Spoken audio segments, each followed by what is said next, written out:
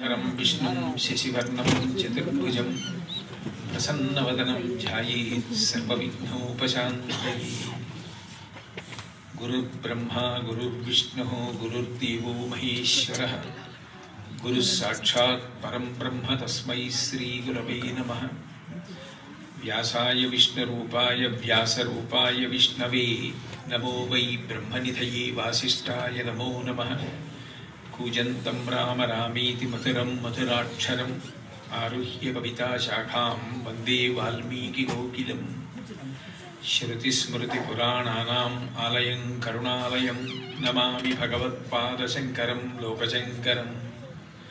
वागर्धाविव सम्पृक्तौ वागर्धप्रतिपत्तये जगतः पितरौ वन्दे पार्वती परमेश्वरौ। सूक्तिं समग्रयतु न स्वयमेव लक्ष्मीः श्रीरङ्गराजमहिषी मधुरैकटाक्षैः। वैदग्ध्यवर्णगुणगुम्फनगौरवैर्यां कण्डूलकर्णकुहराः कवयोधयन्ति। हैमोध्वपुण्ड्रमजहन्मकुटं सुनासं मन्दस्मितं मकरकुण्डलचारुगण्डं बिम्बाधरं बहुलदीर्घकृपाकटाक्षं श्रीवेङ्कटेशमुखमात्मनि सन्निधत्ताम्। विमलपटी कमलकुटी पुस्तकरुद्राक्षसस्तहस्तपुटी कामाक्षी पक्ष्मलाक्षी कलितविपञ्ची विभासि वैरिञ्ची। मनोजवं मरुततुल्यवेगं जितेन्द्रियं बुद्धिमतां वरिष्ठं वातात्मजं वनरयूथमुख्यं श्रीरामदूतं शिरसा नमामि। आपदामपहर्तारं दातारं सर्वसम्पदां लोकाभिरामं श्रीरामं भूयो भूयो नमाम्यहम्। हरि ओम। परमेश्वर स्वरूपैన సర్వకి నమస్కారం। భక్తి యొక్క వైభవం గురించి నిన్నటి రోజున కొంత ప్రస్తావించడం జరిగింది। ఈ భక్తి అన్న మాట 84 లక్షల జీవరాశులలో ఒక్క మనుష్య ప్రాణికి తప్ప ఇతర ప్రాణులకు అన్వయం కాదు। అట్లాగే పూజ అన్న మాట కూడా ఒక్క మనుష్యునికి తప్ప ఇతర ప్రాణులకు అన్వయం కాదు। మనకి మనుష్యునికి ఉండవలసిన ప్రధానమైన కొన్ని గుణముల గురించి శాస్త్రం ప్రస్తావన చేస్తుంది। అందులో అత్యంత ప్రధానమైన గుణం ఏది అంటే కృతజ్ఞత। కృతజ్ఞత అంటే ఒకరి వలన ఉపకారమును పొంది ఆ ఉపకారమును మరిచిపోవడం కానీ ఉపకారము చేసిన వారికి అపకారము చేయడం కానీ కృతజ్ఞతా లక్షణము అని పిలువబడుతుంది। ఏదైనా ఉంటే ఆ తప్పు దిద్దుకోవడానికి ప్రాయశ్చిత్తం చేసుకుంటారు, కానీ చేసిన ఉపకారాన్ని మరిచిపోయేటటువంటి వాడు, ఉపకారమును గుర్తించలేని వాడు, ఉపకారమును స్మరించని వాడు ఎవరుంటాడో అటువంటి కృతజ్ఞుడికి ప్రాయశ్చిత్తం లేదు లోకంలో। శ్రీరామాయణం కిష్కింధకాండలో లక్ష్మణస్వామి మాట్లాడుతూ ఒక మాట అంటాడు, బ్రహ్మగ్నే చ సురాపే చ చోరే భగ్నవ్రతే తథా నిష్కృతిర్విహితా సిద్ధి కృతజ్ఞో నాస్తి నిష్కృతి అంటాడు। భయంకరమైనటువంటి పాతకములు చేసిన వారికి కూడా నిష్కృతి ప్రాయశ్చిత్త కర్మ ఉంటుందేమో కానీ కృతజ్ఞతా లక్షణం ఉన్న వారికి మాత్రం ప్రాయశ్చిత్తం లేదు। మనిషికి ఉండవలసిన ప్రధాన లక్షణం కృతజ్ఞత।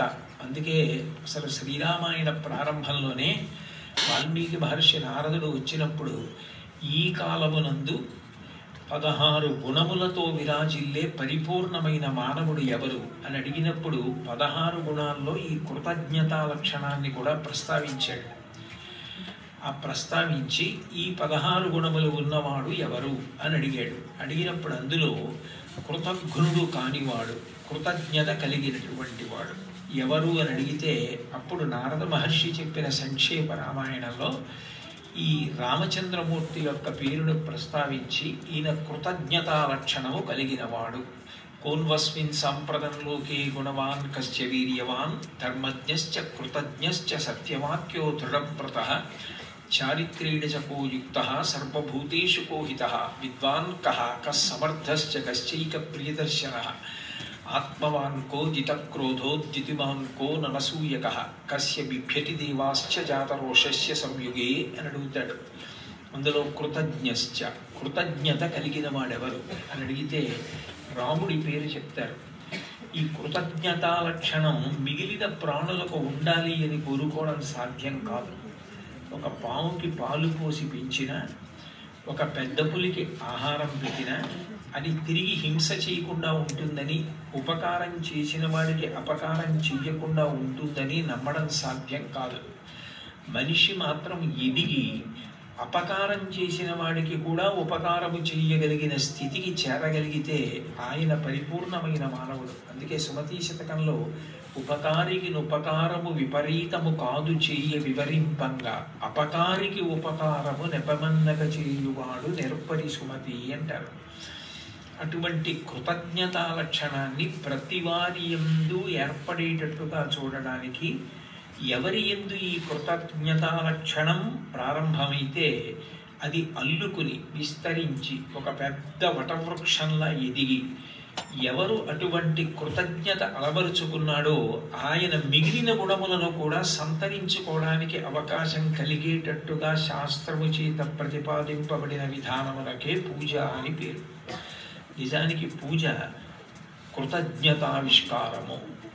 మనం భగవంతుడికి చెప్పేటటువంటి కృతజ్ఞతకు పూజ అని పేరు. పూజ అంటే సర్వసాధారణంగా మనం అన్వయం చేసేటటువంటి మాటలో గౌరవించుట. ఆయనని పూజించారండి అన్నారనుకోండి, ఆయన్ని గౌరవించారండి అని అర్థం. దేనికి గౌరవిస్తారు అంటే ఆయన మనకన్నా ఉత్తమ గుణములు కలవాడై ఆయన మనకి ఉపకారము చేసిన వాడైతే అప్పుడు ఆయన పట్ల పూజ్య భావన కలుగుతుంది, ఆయన్ని పూజిస్తారు. కానీ పూజ అనేటటువంటి భగవత్ కార్యమునందు మాత్రం ప్రధానంగా ఏది ఆవిష్కృతమవుతుంది అంటే కృతజ్ఞతా లక్షణము ఆవిష్కృతమవుతుంది. కృతజ్ఞత ప్రకటనం చెయ్యాలి అంటే అసలు భగవంతుడు ఉన్నాడు అన్న భావన ముందు ఏర్పడాలి. ఆ విశ్వాసము దృఢతరము కావాలి. అంటే పూజ చేసే వయస్సు వచ్చేటప్పటికే తల్లిదండ్రులను చూసి, తల్లిదండ్రుల వలన విని భగవంతుడు ఉన్నాడన్న భావము సువ్యవస్థితం చేసుకుంటారు. చేసుకుని ఆ ఈశ్వరుడి వలన మనము పొందేటటువంటి ఉపకారములు చెప్పడం ఎవరికీ సాధ్యం కాదు. ఆయన గుణములు అనంతములు. ఆ గుణములు కేవలముగా దేని వలన వచ్చాయంటే ఉపకారము వలన వచ్చాయి. ఎందుకనంటే భగవంతునికి నామములు ఉంటాయి, పేర్లు. నిజానికి అన్ని పేర్లు ఆయనకి మాత్రం ఎందుకు? ఆయనకి అన్ని పేర్లు అక్కర్లేదు. ఇప్పుడు నాకు కోటేశ్వరరావు అని ఒక పేరు ఉందనుకోండి, మీరు ఎవరైనా పిలిస్తే నాకు పలకడం తేలిక. నాకు 1000 పేర్లు ఉన్నాయనుకోండి, మీరు 1000 పేర్లలో ఏదో ఒక పేరు పెట్టి నన్ను పిలిచారనుకోండి, నాకే జ్ఞాపకం ఉండకపోవచ్చు. ఆ పేరు నాదో కాదో అనుకుని వెళ్ళిపోవచ్చు. కానీ మరి భగవంతుడికి అన్ని పేర్లు ఎందుకు వచ్చాయి? సహస్రనామావళి అని ఉంటుంది. ఆ 1000 పేర్లు రావడానికి కారణం ఏమిటి అంటే ప్రధానంగా గుర్తించవలసిన విషయం ఏమిటంటే నామములు భగవంతునికి బాలసారి చేసి తల్లిదండ్రులు పెట్టిన పేర్లు కావు, అవి గుణములు. అందుకని గౌణములు అంటారు. గౌణములు అంటే నిర్గుణుడు. ఏ గుణము లేనటువంటి భగవంతుడు ఒక్కొక్క గుణమును ఒక్కొక్క సందర్భమునందు ప్రకటనం చేసినప్పుడు ఆయన ఆ పేరు చేత పిలవబడతాడు. ఉదాహరణకి విష్ణువు. విష్ణువు అంటే అర్థం ఏమిటంటే వ్యాపకత్వం. విష్ణు సహస్రనామ స్తోత్రం అని ఇందాక పైన చదివారు. విష్ణు సహస్రనామ స్తోత్రంలో నిజానికి తత్వతః ప్రతిపాదింపబడే నామములు 2. విశ్వం, విష్ణువు అంతే అయిపోయింది. ఎందుకనంటే ఏ విశ్వము నీకు కనపడుతోందో నామరూపాత్మకమైన ఈ జగత్తంతా మాయ చేత అట్లా కనపడుతోంది, కానీ అది అంతా విష్ణువే. అంతర్బహిశ్చ తత్సర్వం వ్యాప్య నారాయణ స్థిత. విశ్వం విష్ణువు అయిపోయింది. మరి మిగిలిన 998 నామాలు ఎందుకు వచ్చినట్టు? అవి గౌణములు. ఒక్కొక్క గుణ ప్రకటనం చేసినప్పుడు ఒక్కొక్క నామం. సర్వసాధారణంగా అందరూ ఎక్కువ వాడేటటువంటి నామం గోవిందనామం. భగవంతుడికి గోవిందనామం ఎందుకు వచ్చింది అంటే ఒకప్పుడు దేవేంద్రుడు అలిగి ఆ వడగండ్ల వాన కురిపించి గోవులను, దూడలను, గోపాల బాలులను, గోపకాంతలను కూడా అప్పటికప్పుడు మరణించేటట్టుగా హింస చేసే ప్రయత్నం చేస్తే 7 రోజుల పాటు చిన్ని కృష్ణుడు ఆ గోవర్ధనోద్ధరణం చేసి గోవర్ధనగిరిని ఎత్తి పట్టుకుని తన చూపుల చేత తన చుట్టూ ఉన్న వాళ్ళనందరినీ కూడా పోషించాడు. ఈయన కొండ కిందకి వెడితే ఈ వడగళ్ళ వాన పడినప్పుడు పట్టుకోలేక వదిలేస్తే ఇంకా ఎవరం చూర్ణమైపోతాం. బయట నిలబడితే ఆ వడగళ్ళ వాన పడినప్పుడు కాళ్ళు చేతిలో దెబ్బలు తినచ్చు, విరగచ్చు, బ్రతికుంటాం. అందుకని కొండ కిందకి వెళ్ళకండి అన్నారు కొంతమంది. వెళ్ళకండని బయట నిలబడ్డారు. బయట నిలబడితే ఆయన బ్రతిమాలుకున్నాడు, నన్ను నమ్మండి అని. బాలుండీతడు కొండదొడ్డది మహాభారంబు సైరింపగా చాలండు ఎని దీని కింద నిలువను చింతింపగా పోలడు. ఈ శైలాంపోనిధి జంతు సంయుత ధరా చక్రంబు పైపడ్డ నాకేలల్లాడదు బంధులార నిలుడీ క్రిందన్ ప్రమోదంబునన్ అన్నాడు. బంధువులారా అని పిలిచాడు నమ్మని వాళ్ళని. పిలిచి ఈ కొండ కిందకి రండి, ఈ సమస్త బ్రహ్మాండములు వచ్చి కొండ మీద పడిపోయినా ఈ కొండ కదలదు, నన్ను నమ్మండి, నేను కాపాడతానని 7 రాత్రులు 7 పవళ్ళు కొండ ఎత్తి పట్టుకున్నాడు. నిన్ననే మీతో మనవి చేసి 7 రాత్రులు 7 పవళ్ళ కన్నా బ్రతకడానికి ఇంకేం లేవు. అంటే బ్రతికున్నంత కాలం మనని సకల ఆపదల నుండి కాపాడగలిగిన వాడెవరంటే పరాత్పరుడు. ఆయన కొండ ఎత్తి పడితే మరి వాళ్ళు ఎలా బ్రతికారంటే తన చూపుల చేత పోషించాడు. భగవంతుడికి ఉన్న లక్షణం ఏమిటంటే మనలా ఆయన చేతులతో చెయ్యడు. ఆయన ఏది చేసినా చూపులతో చేస్తాడు.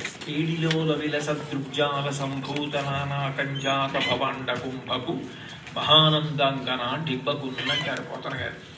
చూపుల చేతనే బ్రహ్మాండములను సృష్టిస్తాడు. ఈ క్షణ విద్య అని శంకరాచార్యుల వారు మొట్టమొదట కనకధారాస్తవం చేసినప్పుడు లక్ష్మీదేవి తన చూపుల చేత ఎలా అనుగ్రహించగలదో చెప్తారు. విశ్వామరేంద్ర పద విభ్రమదాన దక్షం ఆనందహీతురధికం మురవిద్విషోపి ఈశన్ నిశీతతు మయీక్షణ వీక్షణార్థ ఇందీవరోదర సహోదర ఇందిరాయా అంటారు.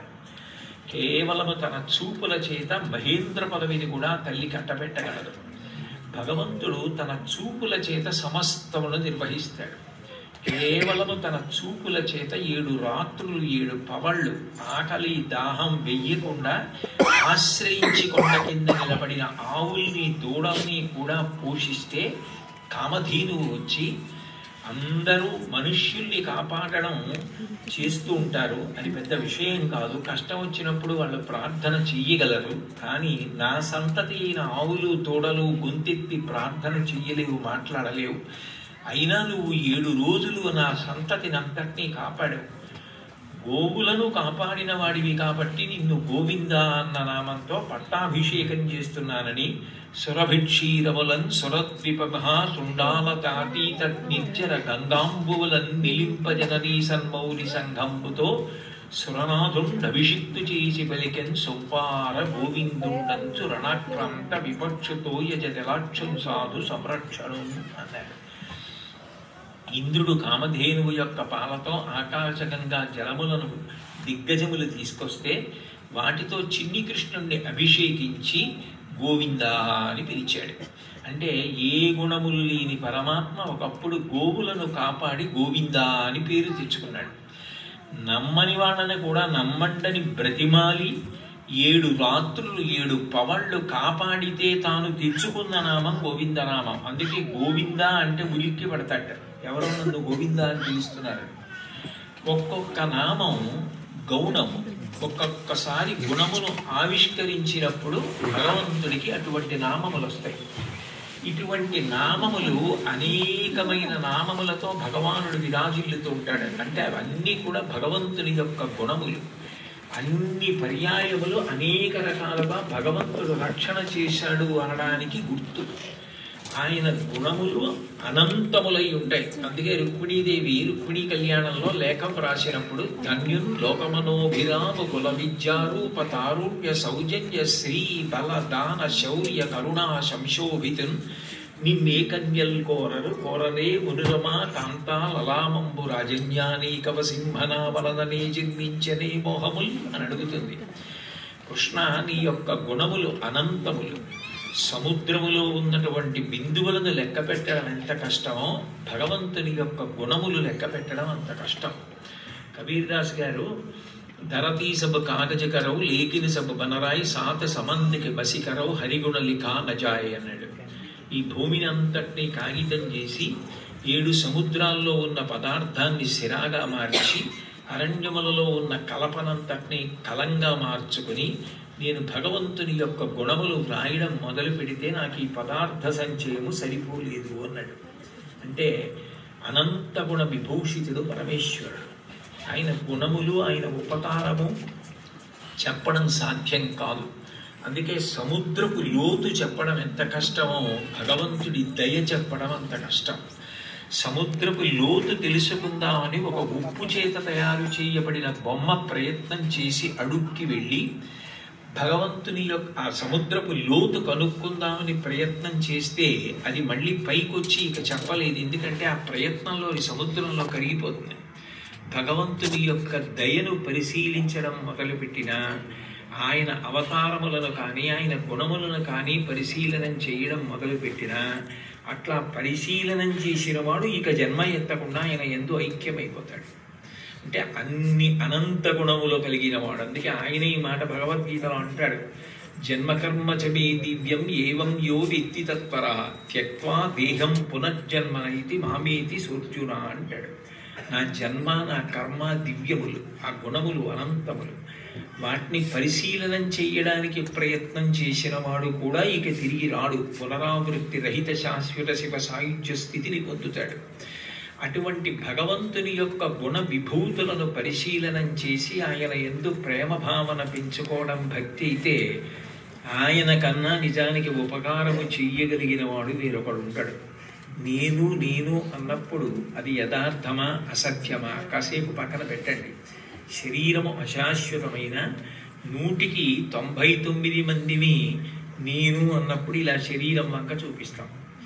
నేను అని చూపించినప్పుడు ఏ శరీరాన్ని చూపిస్తున్నామో ఇది ఆశ్చర్యకరమైనటువంటి నిర్మాణం. ఒక్క పరమాత్మ దీని యందు వాసం చేస్తూ సుఖదుఖములన్న 2 ఫలములు అనుభవించడానికి సత్వము రజస్సు తమస్సు అన్న 3 గుణములతో ధర్మ అర్థ కామ మోక్షములనేటటువంటి 4 పురుషార్థముల కొరకు శబ్ద స్పర్శ రస రూప గంధములనే 5 తన్మాత్రలతో కామము క్రోధము లోభము మదము మోహము మాత్సర్యము అనబడేటటువంటి అరిషడ్వర్గాలతో చర్మము రక్తము మాంసము కొవ్వు అస్థి శుక్ల మేధ అనబడేటటువంటి 7 పొరలతో 2 కాళ్ళు 2 చేతులు 4 5 శిరస్సు 6 కంఠము 7 హృదయము 8 ఉదరము అనబడేటటువంటి 8 అవయవముల సంఘాతంగా 9 రంధ్రములు కలిగిన తూలు తిత్తి 2 కళ్ళు 2 ముక్కు కన్నాలు 2 చెవి కన్నాలు 6 నోరు 7 మలద్వారం 8 మూత్రద్వారము 9 రంధ్రములు కలిగిన తోలు తిత్తిలో ఆయన ఆజ్ఞ అయ్యే వరకు 10 వాయువులు అట్లాగే కుంభింపబడి ఉండాలి. ప్రాణ అపాన వ్యాన బుధాన సమాన నాగ కూర్మ కృపర ధనంజయ దేవదత్తములని ఈ 10 వాయువులు ఆయన ఆజ్ఞ అయ్యే వరకు శరీరంలోంచి బయటికి వెళ్ళడానికి వీల్లేదు. ఒక్క తోలు తిత్తి ఒక బుడగ తీసుకుని చిన్న కన్నం పెడితే సూదితో అందులో గాలి బయటికి వెళ్ళిపోయి బుడగ పేలిపోతుంది. 9 రంధ్రములు ఉన్న ఈ తోలుతిత్తిలో 10 వాయువులు తన ఆజ్ఞ అయ్యే వరకు అట్లాగే తిరిగేటట్టుగా శాసించి నడుపుతున్న వాడెవరో ఆయన పరాత్పరుడు. అటువంటి భగవంతుని అనుగ్రహము లేకుండా అసలు ఏ శరీరము నిలబడదు. ఆయనే ఈ శరీరములన్నింటినీ నిలబెడుతున్నవాడు, పోషిస్తున్నవాడు, కాపాడుతున్నవాడు. ఆయన కన్నా ఇక నాకు దగ్గరవాడు లేడు. ఈ జన్మకి నాకు ఒక తల్లి, ఈ జన్మకు ఒక తండ్రి. కానీ నేను ఎన్ని జన్మలెత్తనివ్వండి నాకు తల్లి తండ్రి మాత్రం ఆయనే నాకు తల్లిదండ్రులుగా ఉంటాడు. అటువంటి శాశ్వత అనుబంధం ఎవరితోనైనా ఉంటే ఒక్క భగవంతుడితోటి. చిట్ట చివరికి కలిసిపోవలసింది కూడా ఆయనలోనే కలిసిపోవాలి.